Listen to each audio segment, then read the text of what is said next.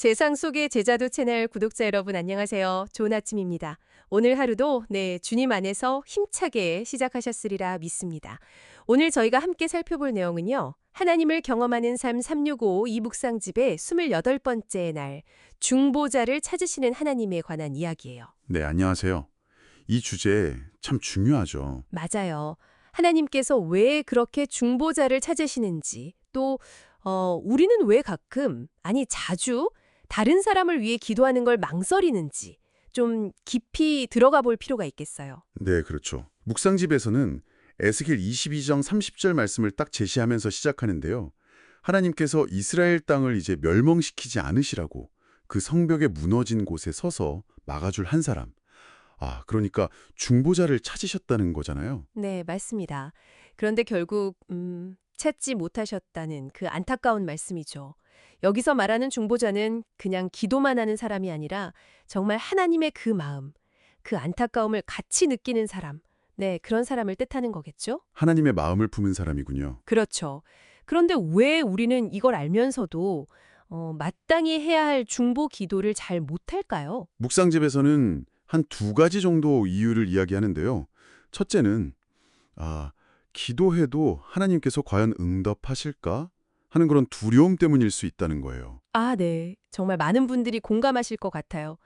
막 간절히 기도하는데 눈에 보이는 게 없으면 그런 생각 들죠. 네, 맞아요. 그럴 수 있죠. 하지만 바로 그럴 때 우리가 붙잡아야 할 말씀이 있잖아요. 마태복음 7장 7절.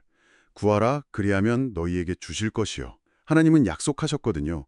우리의 기도를 외면하시는 게 아니라 그분의 뜻 안에서 가장 좋은 걸 주신다는 믿음, 그게 필요한 거죠. 믿음이 중요하군요. 네, 그리고 두 번째 이유는 이게 어쩌면 더 현실적일 수 있는데 매일 바쁘게 사는 우리의 그 행동 있잖아요. 그게 기도보다 더 중요하고 더 효과적이라고 무의식 중에 생각하기 때문일 수 있다는 거죠. 할 일이 너무 많으니까 기도할 시간이 없다, 이런 생각들. 그렇죠. 특히 저희 세상 속의 제자도를 실천하려는 분들에게는 더 와닿을 수도 있겠네요.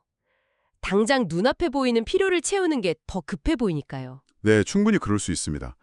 하지만 요한복음 15장 5절에서 예수님께서 뭐라고 하셨죠? 네. 나를 떠나서는 너희가 아무것도 할 수 없음이라. 바로 그겁니다. 하나님과 딱 연결되지 않고 그분의 뜻을 구하지 않으면 우리의 그 모든 선한 노력, 그 바쁨이 결국 헛될 수도 있다는 거예요. 정말 우리의 그 분주함이 기도의 깊은 교제나 하나님의 인도하심을 대신할 수 있을까요? 묵상집은 이 질문을 던지고 있는 겁니다, 여러분께. 생각할수록 깊어지네요. 예수님께서도 예루살렘을 보시면서 눈물로 기도하셨던 게 떠올라요. 우리 안에 정말 하나님의 사랑, 그 마음이 있다면 심판 앞에선 이웃이나 공동체를 위해 그냥 있을 수가 없다는 거죠. 간절히 기도하게 된다는 거. 네네, 그렇죠. 물론 묵상집에서도 말하듯이 이 중보기도가 때로는 외롭고 몇 년을 해도 열매가 안 보일 수도 있는 그런 힘든 길이라고 하죠. 맞습니다. 그럼에도 불구하고 이 중보자의 역할이라는 게 정말 상상 이상으로 중요합니다.